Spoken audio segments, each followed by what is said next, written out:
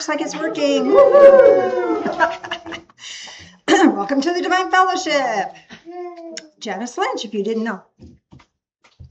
Mr. Phil is home recovering from oral surgery. They had to do some repair work down here at the gum line.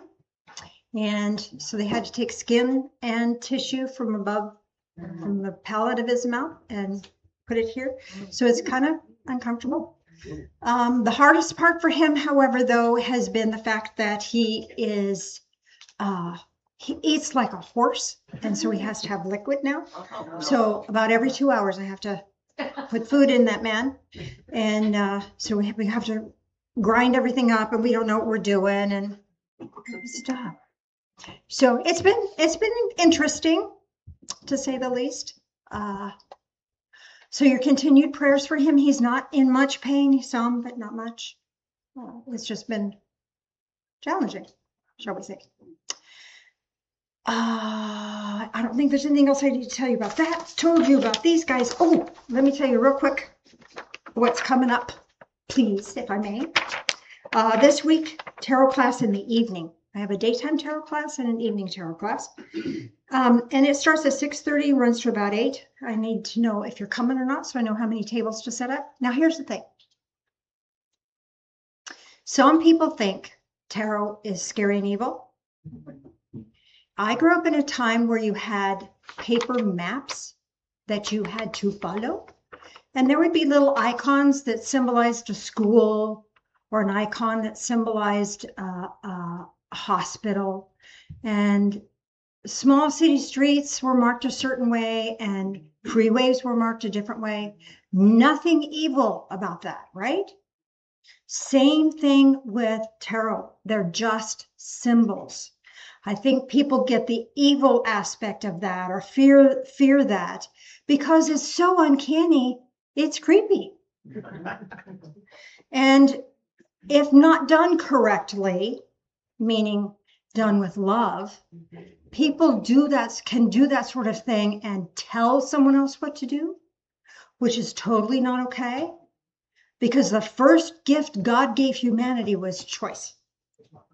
And when we tell someone what to do, we're stealing their choice, and that's wrong. So I teach people how to intuitively understand what the symbols are meaning to them. And I help people understand how to convey that, communicate that, without telling someone what to do or pushing their opinion on someone else.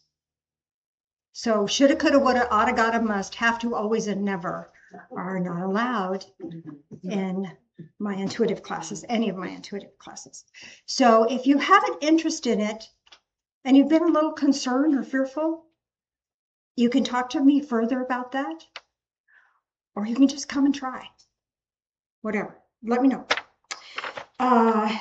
And then next Sunday, this afternoon, is drum making, and your class is full, so don't ask about that. Unless you want to ask Daryl about making your own drum, and he can schedule another class. Next Sunday is drumming Sunday, so bring your drums next Sunday, and we'll practice them. I'll do my best to send out a reminder. I don't know. Somebody may have to remind me to remind you. I don't know. And then the following week, I do a Followers of the Way on a Thursday night, and this is Followers of the Way. That's Jesus without religion. And we're going to tap into something I've never done before, dealing with the dark side. So 2 things I want you to know about that. First of all, this is big, it's deep, powerful stuff. Second of all, make sure you're solid in your faith before you walk in the door. Okay? And if you need help with that, talk to me. Okay? My phone number is on the tarot class list, so you can check with me about that. Since Phil is not here, I've asked several people to read some bad dad jokes. So who? Okay, find a bad dad joke. I know you've got plenty. So I've asked several people to do that. Oh, thanks, Carol. Do you want to remind people what the sign-up sheets are going around for? Oh, the sign-up sheets going around. One is for I need helpers. on Sunday mornings, and one is the church calendar. It's an endless calendar, so it goes from year to year to year to year. I want you to put your name on your birthday, okay? And then the other one was for a singing group, if you have interest in joining a singing group. So that's going around. If you didn't see that, well, ask me or ask somebody and we'll catch up with it. Okay, bad dad joke number 1. Okay, it could be just one, so. Oh, first bad dad joke. Okay, why are there no brown bears in the North Pole? You can actually take this 2 different ways. They're afraid of the ice. All right, the second one. What do you call a cult that is hard to get into? A cult, like that. Yeah. What do you call it? Difficult. Difficult. Oh, grown. I said they would be bad dad jokes, didn't I? All right. Why? Where did it go? Okay, there it went. What do you call a well-balanced horse? Stable. Oh, good one. Okay, what was Obi-Wan's twin brother? Obi too? Yeah. Obi also. Obi also. I have another one. Why did the koala get the job? He had qualifications? He was qualified. Let's piggyback off the polar bear. Where do the polar bears keep their money? In a snowbank.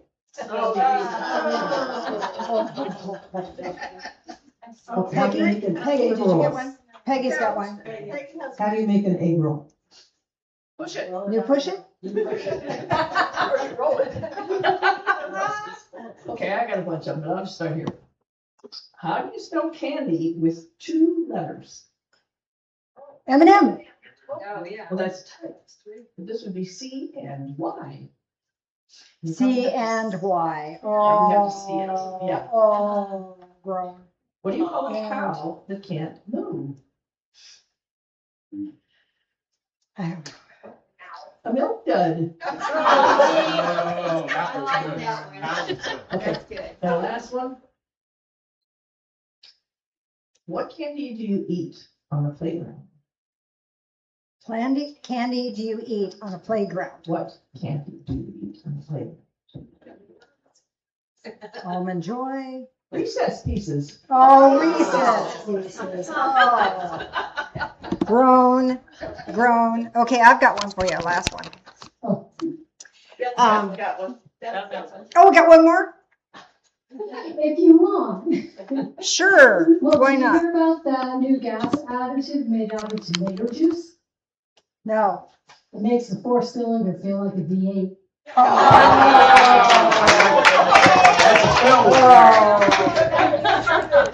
I think we'll just leave it with that one. That's a Phil one. That was a Phil one right there. All right, thank you so much. So we can replace Phil, but we can't replace Phil, right? We have a guest speaker today, and the title of her message is The Ecology of the Soul. Spiritual ecology of the soul. I have no idea what that means. I think we're going to find out.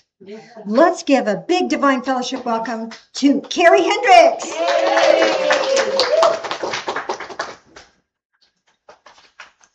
You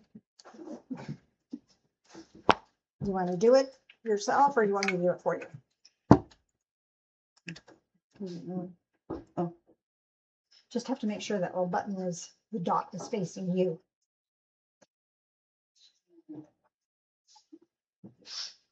Nope, it's got to go the other.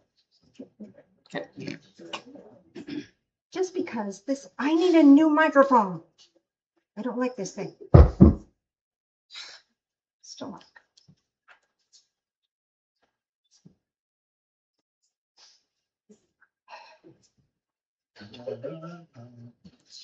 La, la, la, la. Want another joke? I think this is a joke. There, try that. Okay, hello. Morning. I want to thank Janice for covering for me last week. My husband and I had an amazing cruise. He got sick at the end because that's what you do when you go on a cruise. And then he gave it to me. And so I'm going to hopefully I get through this without having to blow my nose, but I'm otherwise well. So thank you. Okay. The spiritual ecology of the soul, learning to lovingly tend the inner landscape. I'd like to begin this morning by asking you to imagine something. Imagine that you have been given a garden, not just any garden. This garden has been entrusted specifically to you. Wildflowers, trees, herbs, maybe roses. There are places where sunlight pours through and everything seems to flourish almost effortlessly. And then there are some other areas. There are weeds. There are places where the soil has become dry. There are plants that haven't bloomed in a very long time. There are branches damaged by storms. Maybe there are even places you've stopped visiting because you're not quite sure what to do with them. Now imagine walking into that garden one morning, looking at everything that isn't thriving and yelling, "What is wrong with you? Come on, try harder. Why can't you be more like the garden next door? Look at Karen's hydrangeas. Karen's hydrangeas are doing great." And yet, isn't that sometimes exactly how we treat ourselves? We struggle, we become anxious, we get overwhelmed, we lose our patience, we become exhausted, we grieve, we fall into old patterns, and almost immediately the question becomes, what's wrong with me? Why am I still struggling with this? Why can't I get over this? Why can't I be more positive? Why can't I just let it go? Why can't I be more spiritual? We approach ourselves as though we are malfunctioning machinery. Find the broken part, repair it, get everything running correctly again. And perhaps we've misunderstood what we are. Because you are not a machine. You are an ecosystem. And your soul does not need to be conquered. It needs to be listened to, loved, nourished, and carefully tended. There is a branch of science called ecology. Ecology studies relationships. It looks at how plants, animals, water, soil, climate, microorganisms, and countless other elements interact within a living system. And one of the greatest lessons of ecology is this: nothing exists by itself. Change one thing, the other things change. Remove something, the system adapts. Nourish one part, and the effects may ripple throughout the entire ecosystem. So I was wondering, what if our inner lives work the same way? What if our emotional life, our physical life, our relationships, our thoughts, our history, our spirituality, our joy, our grief, our fear, and hope are not separate things at all? What if they are part of one magnificent living ecosystem? The ecology of the soul. And what if spiritual growth isn't about controlling the ecosystem? What if it's about learning how to lovingly care for it? Because everything in creation seems to grow through relationship, not domination. Think about it. A gardener doesn't stand over a rose and command it to bloom. Bloom!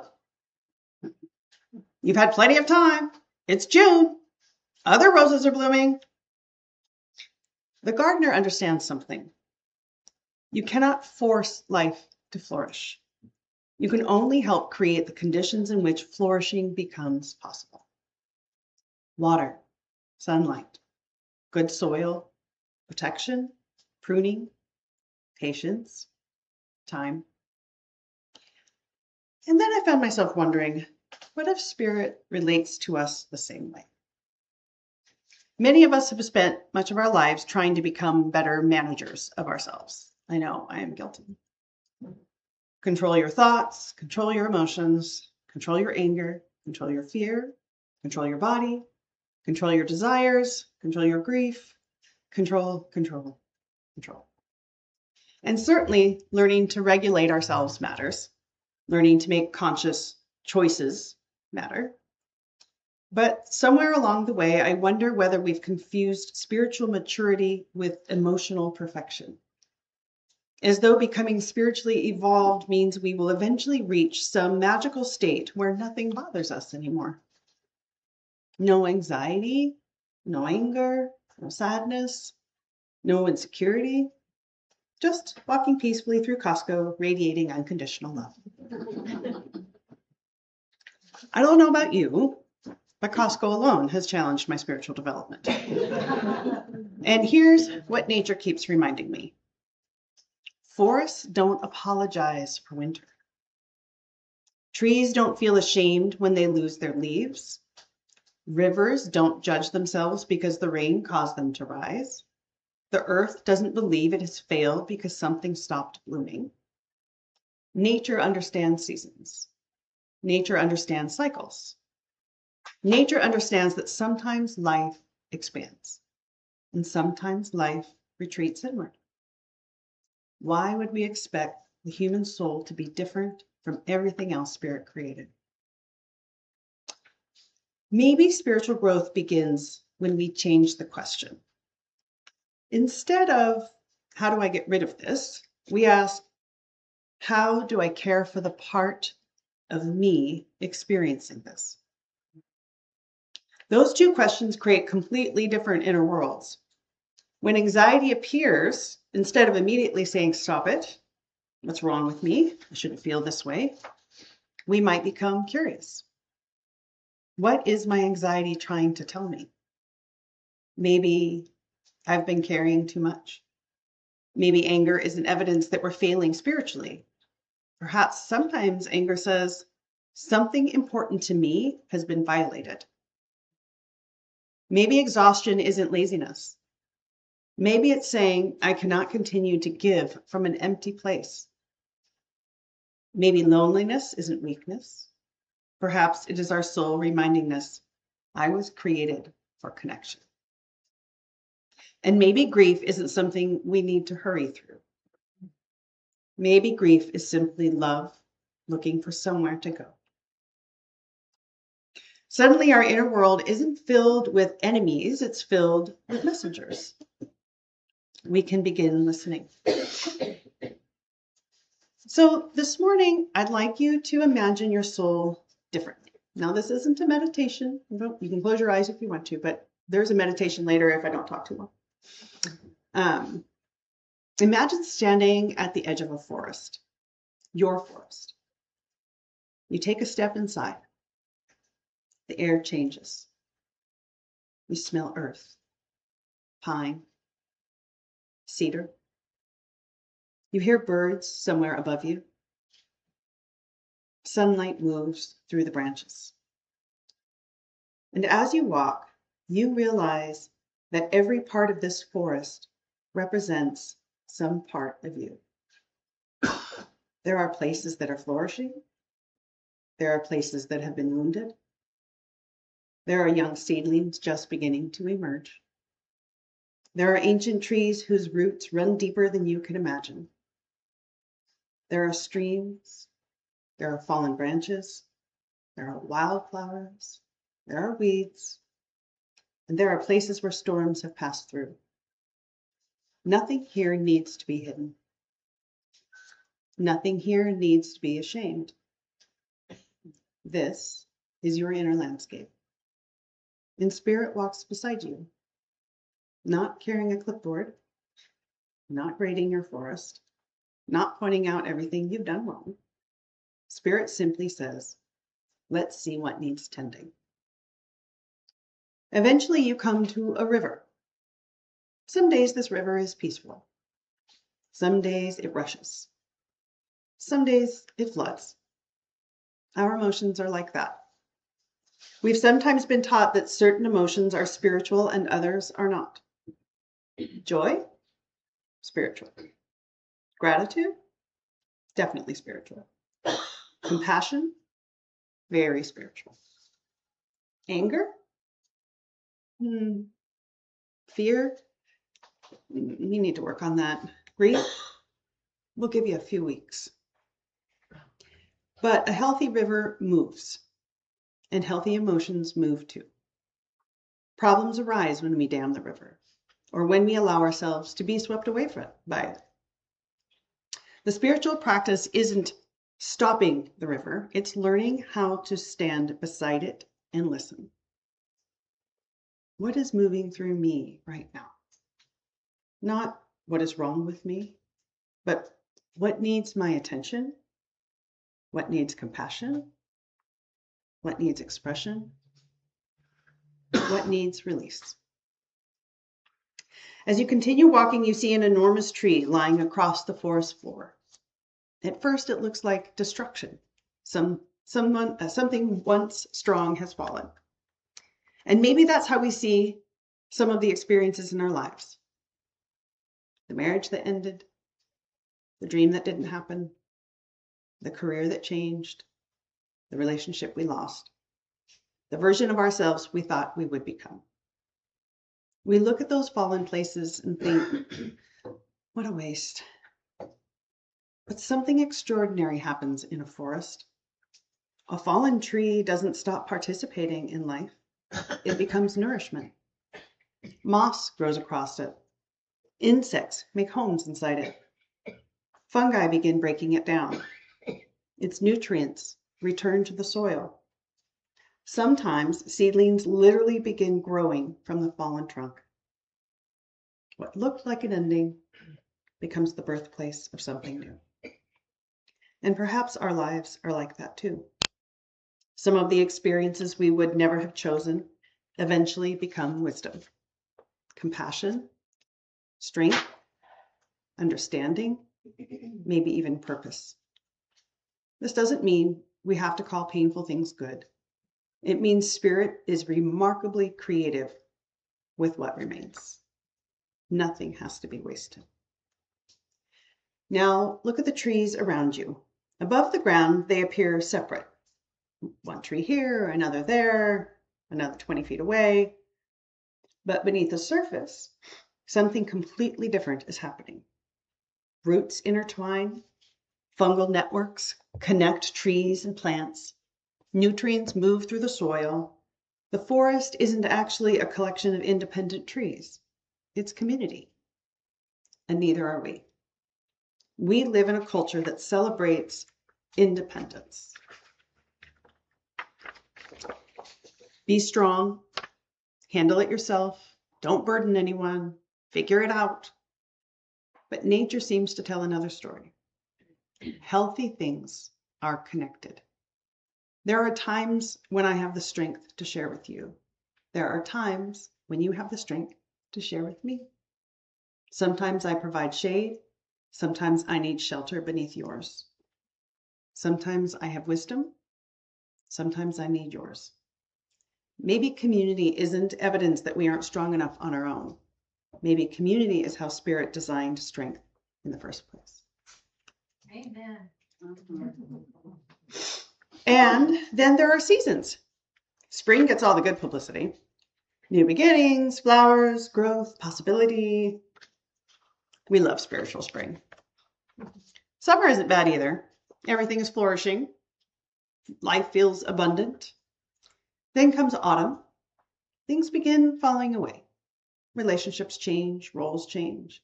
Our bodies change, children grow, careers shift, identities evolve. Something we've held tightly says it's time to let go.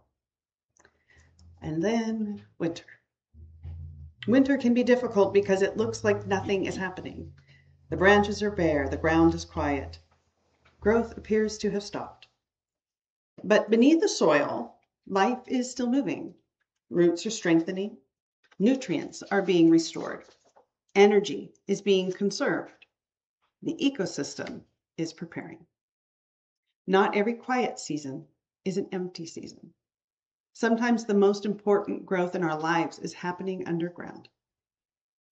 Maybe you are in winter right now. Maybe something in your life feels dormant. Please hear this. Dormant is not dead.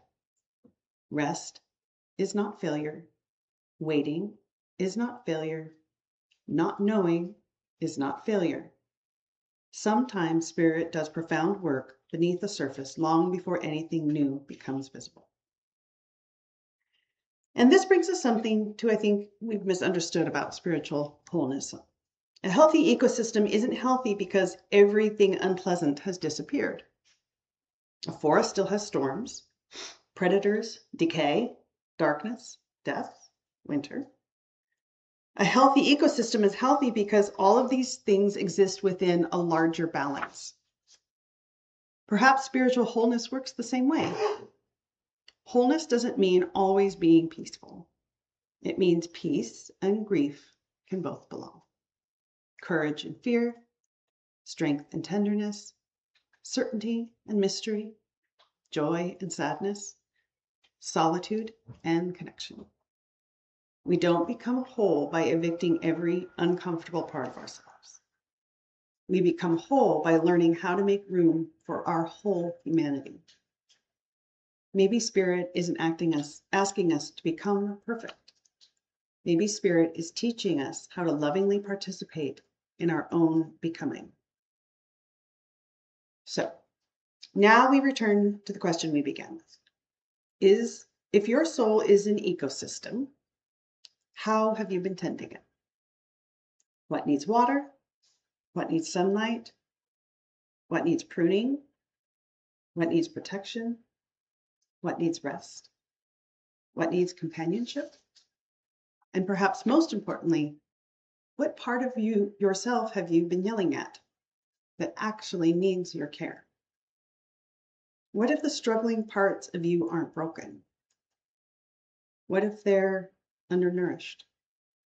What if you stopped asking, what's wrong with me? And began asking, what does my soul need from me right now? That is a very different spiritual practice. There's something beautiful hidden inside the word ecology. Its roots come from a word meaning home. And I love that because perhaps the entire spiritual journey is ultimately a journey home. Not becoming somebody else, not earning Spirit's approval, not finally achieving spiritual perfection, coming home. Home to our bodies, home to our hearts, home to compassion, home to one another, home to Spirit, home to ourselves. And perhaps the question isn't, how do I improve myself? Perhaps the deeper question is, how do I become a loving steward of the home Spirit has entrusted to me? Before we close, I want you to look around the room. Look at each other. Really look. We may think we've gathered here today simply to attend a church service, but perhaps something else is happening. Perhaps we are becoming an ecosystem. Some of us are ancient trees. I won't say who. Some of us sages. Some of us are seedlings. Some are blooming. Some are dropping leaves. Some are standing in summer. Some are deep in winter. Some have fruit to share. Mark. Some need nourishment. Some are providing shade today. Some desperately need somewhere safe to rest. And none of us, not one of us, was ever meant to become the whole forest. Together, we are the forest. Our roots meet beneath the surface in ways we may never fully understand. Your healing affects me. My compassion affects you. The love we practice here travels beyond these walls. And Spirit is the life moving through it all. Through every root every branch, every season, every beginning, every ending, every quiet place where something new is preparing to emerge. So perhaps when you leave here today, you don't need to make yourself better. Maybe you don't need another self-improvement project. Maybe you simply need to walk gently through your own inner forest and ask, what needs tending? And then listen. Because your soul is alive. Your soul is wise. Your soul knows seasons, and spirit has never abandoned the landscape. Spirit is already there. In the sunlight, in the rain, in the roots, in the fallen places, in the new growth, in the winter, in the spring, in you. Spirit doesn't ask us to control our inner world. Spirit teaches us how to lovingly care for it. Because your soul does not need to be conquered. It needs to be listened to, loved, and carefully tended. And perhaps that is what spiritual life has been all along. Not the pursuit of perfection, but the sacred practice of learning how to tend what is alive. We do have a meditation. You up for that? Want to do it? All right.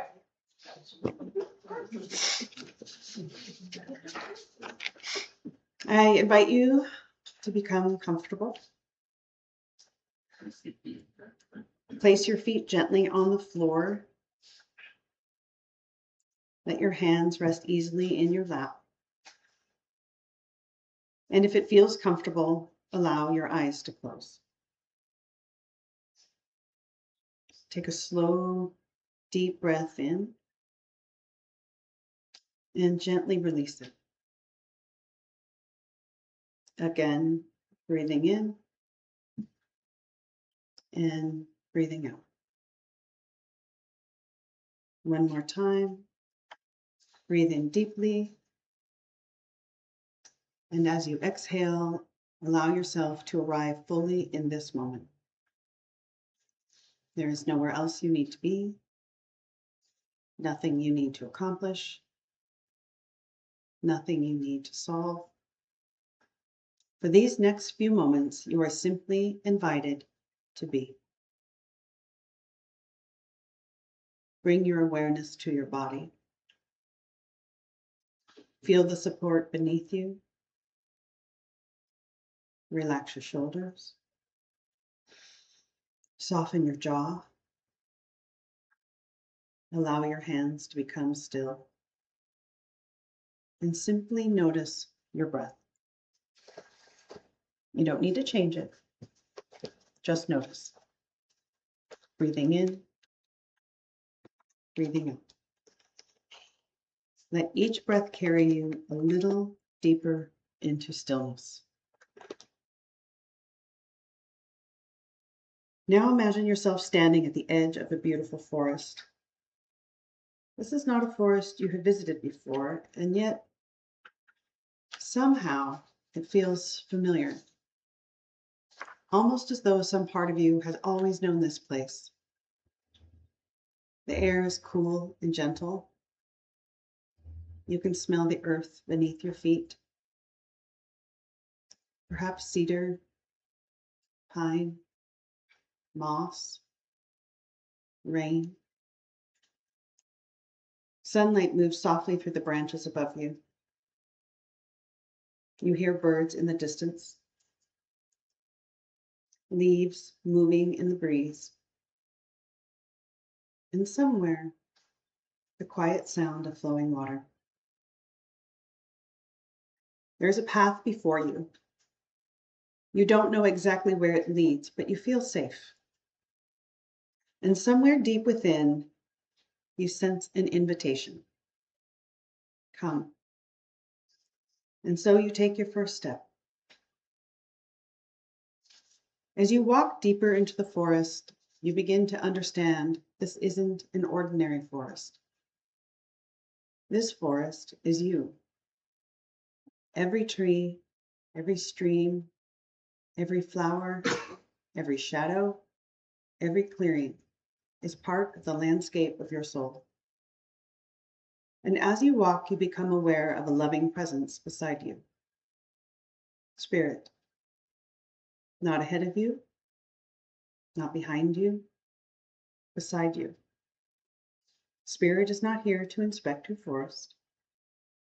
Spirit is not carrying a list of everything you should have done differently. Spirit is simply walking with you, loving you, exactly as you are. You come to a small clearing. Sunlight pours the trees. The ground is warm. And Spirit invites you to stop. Rest here. Feel the warmth. Notice how nothing in this clearing is trying to become anything else. The trees are simply trees. The flowers are simply flowers. The earth is simply earth. And for just a moment, allow yourself the same freedom. You do not need to improve. You do not need to perform. You do not need to prove anything. Simply be.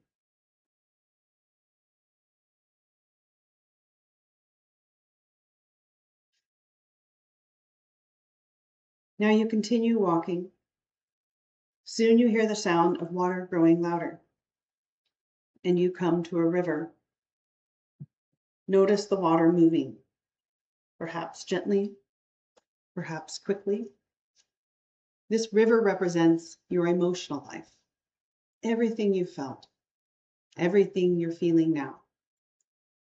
Joy, fear, grief, love, anger, hope, tenderness, longing. You don't need to stop the river. You don't need to change it. Simply stand beside it and listen.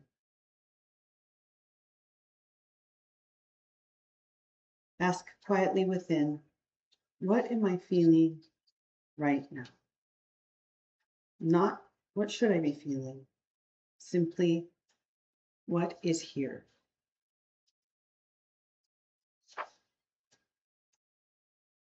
Whatever arises, allow it.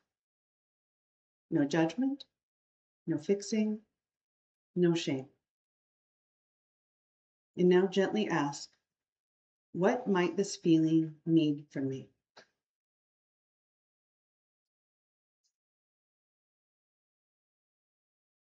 Perhaps it needs compassion, perhaps rest, perhaps expression, perhaps a boundary, perhaps forgiveness, perhaps simply to be acknowledged.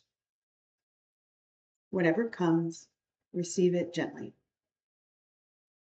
Spirit stands beside you and whispers, nothing within you needs to earn my love.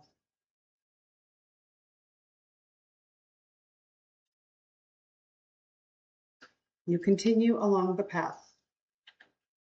Ahead of you is an enormous old tree. Its trunk is wide. Its branches stretch high above you. You place your hand against the bark. This tree has survived countless seasons, storms, heat, cold, wind, years of abundance, years of scarcity, and still it stands. Feel the strength of this tree beneath your hand and recognize there is something within you that has survived every season of your life too. A deeper self, a sacred center, something within you that remains connected to spirit, even when you forget. Take a breath. Feel your own roots. Remember your strength. As you walk farther and you notice a fallen tree resting on the forest floor.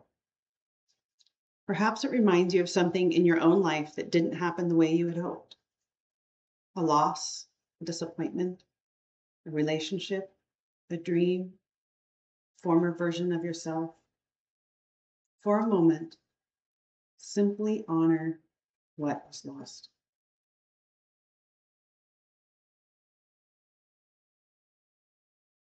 And then look more closely. Moss is growing on the fallen tree. Tiny plants have taken root. Perhaps insects have found shelter there. What appeared to be an ending is already becoming part of something new. You do not need to call your pain good. You do not need to be grateful for everything that has happened. But perhaps you can trust that even here, Spirit knows how to create new life.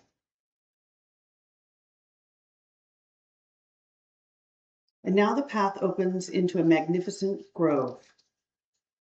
Trees surround you. Tall ones, young ones, trees bent by storms, trees reaching toward the light, above the ground, each appears separate. But imagine the roots beneath you, reaching, touching, connecting, sharing. You are not alone.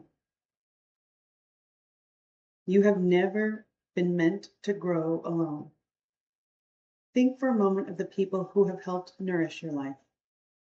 People who believed in you, people who sheltered you, people who listened, people who loved you when you couldn't quite remember how to love yourself.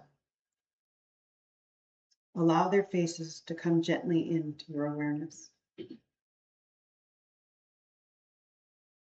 And perhaps someone is thinking of you in exactly the same way, because you are part of their forest too. Now Spirit gently invites you deeper into the grove, and you arrive at one small place that seems to be waiting specifically for you. Notice what is here. Perhaps there is a plant that needs water. Perhaps a branch needs pruning. Perhaps the soil needs nourishment. Perhaps something simply needs sunlight. Don't decide on what it should look like. Let the image come.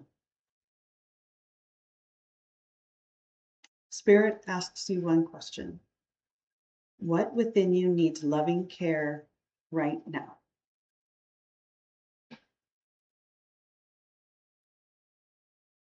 Listen. Don't force an answer. Perhaps a word comes.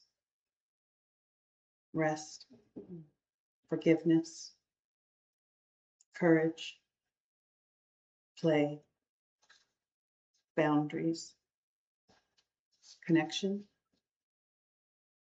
grief, joy,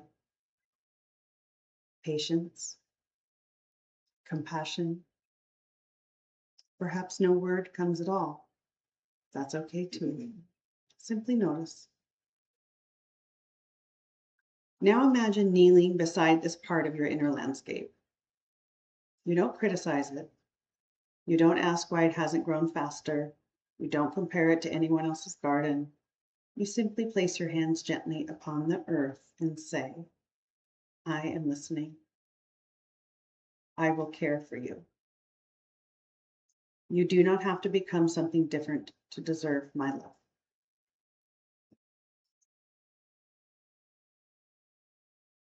And beside you, Spirit smiles, because perhaps this is what Spirit has been teaching us all along.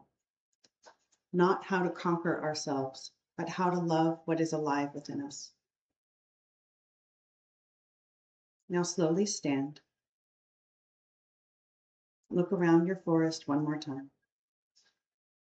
The trees, the river, the fallen places, the new growth, the shadows, the sunlight. Nothing here is perfect, and yet it is sacred. It is alive. It is yours to tend.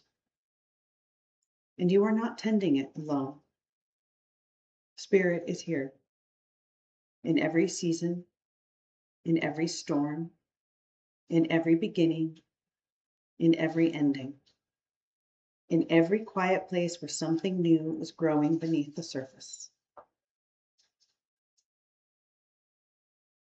Begin slowly walking back toward the edge of the forest. With each step, bring with you whatever you discovered. No need to understand it completely.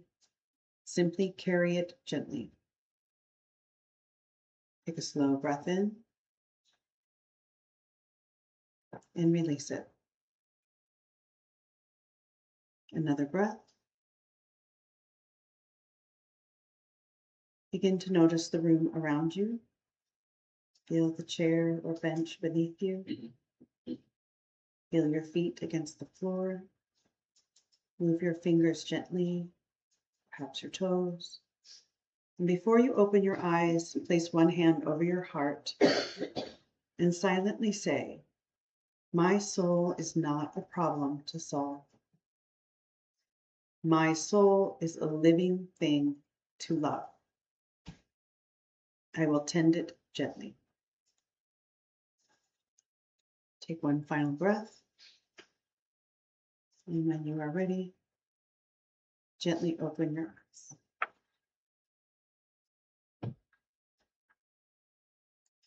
Infinite Spirit, thank you for the sacred life within us.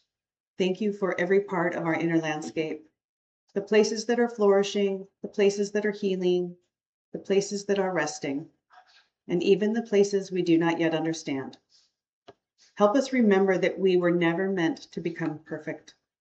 We were meant to become present. Teach us to replace judgment with curiosity, control with care, criticism with compassion, and fear with love. When we encounter the struggling places within ourselves, help us resist the question, "What is wrong with me?" and instead gently ask, "What needs tending?" Give us wisdom to know when to water, when to prune, when to protect, when to reach toward another, and when simply to rest. Help us honor the seasons of our lives. May we trust the spring when the new things emerge. May we celebrate the summer when life is abundant. May we release with grace when autumn asks us to let go. And when winter comes, may we remember that quiet does not mean empty, that dormant does not mean dead, that even when we cannot see it, life is still moving beneath the surface. And Spirit, help us remember one another. May this community become a living forest. May those who have strength offer shelter. May those who need rest find shade. May those who feel alone discover roots reaching toward them beneath the surface. And may we carry this love beyond these walls, into our homes, into our relationships, our workplaces, and our world. Remind us that our souls do not need to be conquered. They need to be listened to, loved, and carefully tended. And through every season, may we trust the sacred life moving through us, around us, and between us. We are grateful, we are connected, we are becoming. And so it is.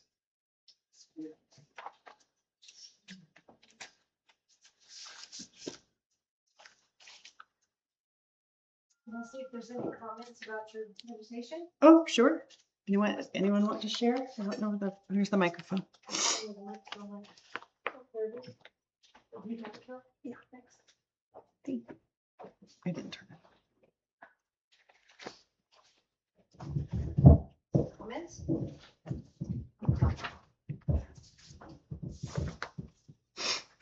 One thing that I have to reinforce and realize is that compassion for yourself, it's okay to get angry or resentful. That's part of healing. And that's what I thought. Amen. Anybody else?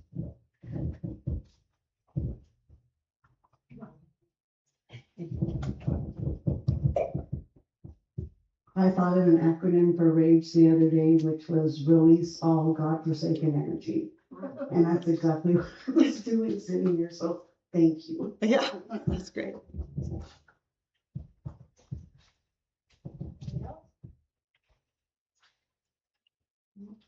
May.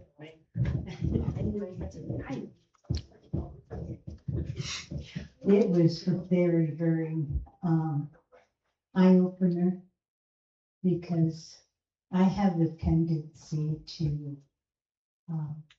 take everything in and don't release. And even if it's something that I feel I did wrong or I could have done better, those kind of things sometimes can be very strangling. And so today I just released and forgave myself for whatever little vine I had made to strangle a branch. And that branch belongs to part of the tree. And that's usually part of our family. And so it was very good. Thank you. Thank you.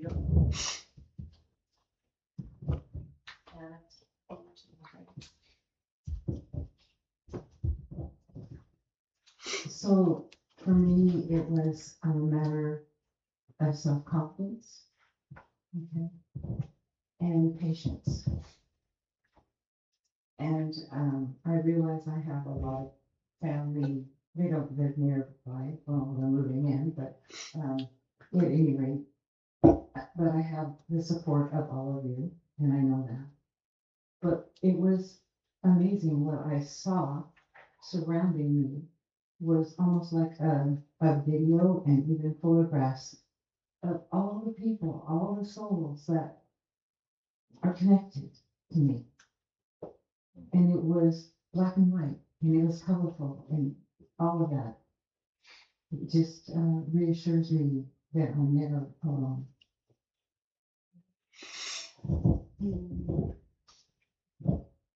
I'm going to try to add to that.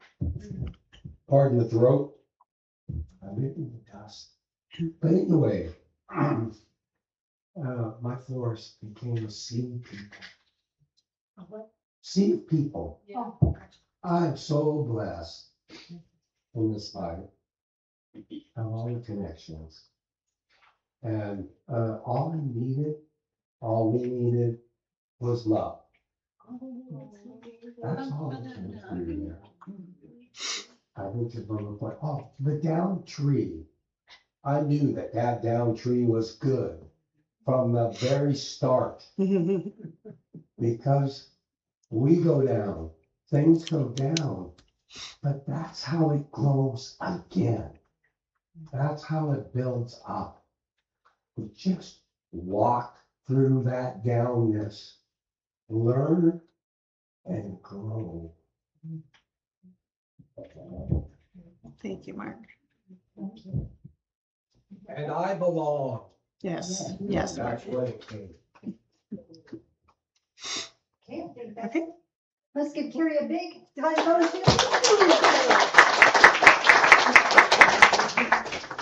Thank you, dear. Thank you. I would love to have a copy of that prayer. Okay. I don't know about you, but that prayer was profound, was it not? Yes. You know, I wonder if we could cut that and just maybe put that online. Oh, yeah.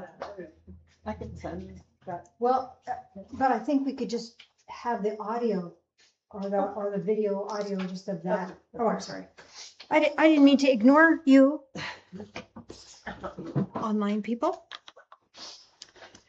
All right, let's see if we can get this to work.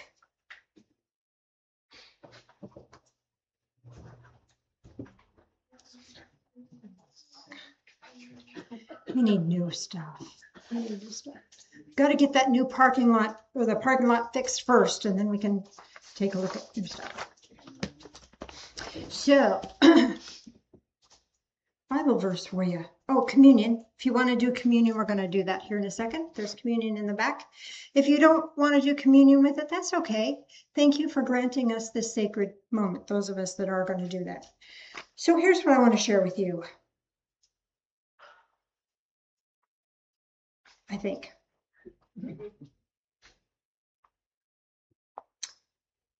I kind of need to set it up, but I kind of don't. This is 2 Peter chapter 1, verse 19. And he's talking about spiritual prophecy, spiritual words from heaven that have been delivered, and all of the spiritual insight that Jesus delivered and everything. And with that kind of as a background, it says, and so we have the prophetic word, which means divine, sacred information, spiritual information. I think what we heard today was a prophetic word today, too, don't you? Made more sure or even more powerful, to which we do well to pay attention as a lamp shining in a dark place until the day dawns and the morning star arises in your hearts. Isn't that beautiful? So with that wisdom, with taking in what we just heard today, the morning star arises in our hearts. And what that means is it's the dawning of a new day, a new way of doing things, powerful, blessed. With that, let's do communion, shall we?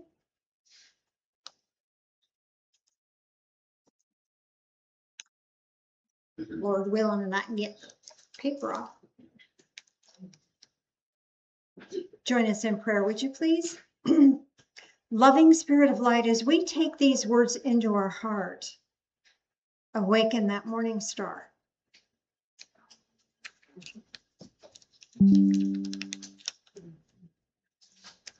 Join us again in prayer, please.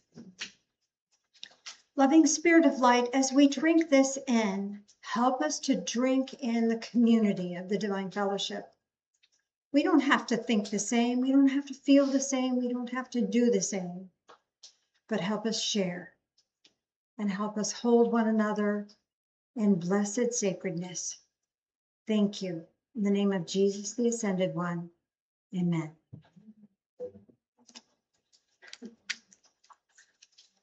Do we have a volunteer for communion? I'll do it. All righty. It's the best.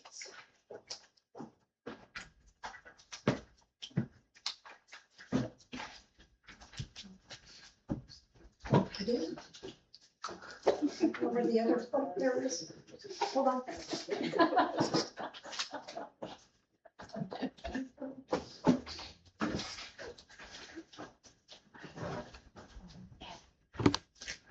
For a while, I had forgotten how important connection is.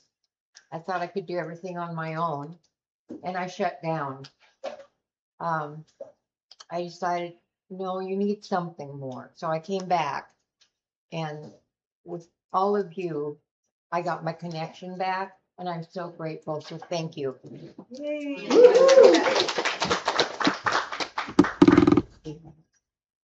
We've had a bunch of people coming back. I love it. I love it. Let's do an energy circuit for the folks online, and then we'll do our energy circle for us. So rub your hands together really fast. You're still connected to that beautiful divine energy. Bring it into your heart space. From your heart space to your left hand to your right hand, back to your heart space. And this connects an energetic circuit. And this energetic circuit then will allow energy to flow. And this is divine energy. This is sacred energy. This is eternal energy. So it's inexhaustible. We can be exhaustible, can't we? But we're going to take this beautiful energy, recharge our hearts, recharge our lives. Have a great week. We will see you next time. Thank you. Say goodbye, everybody. Bye, everybody.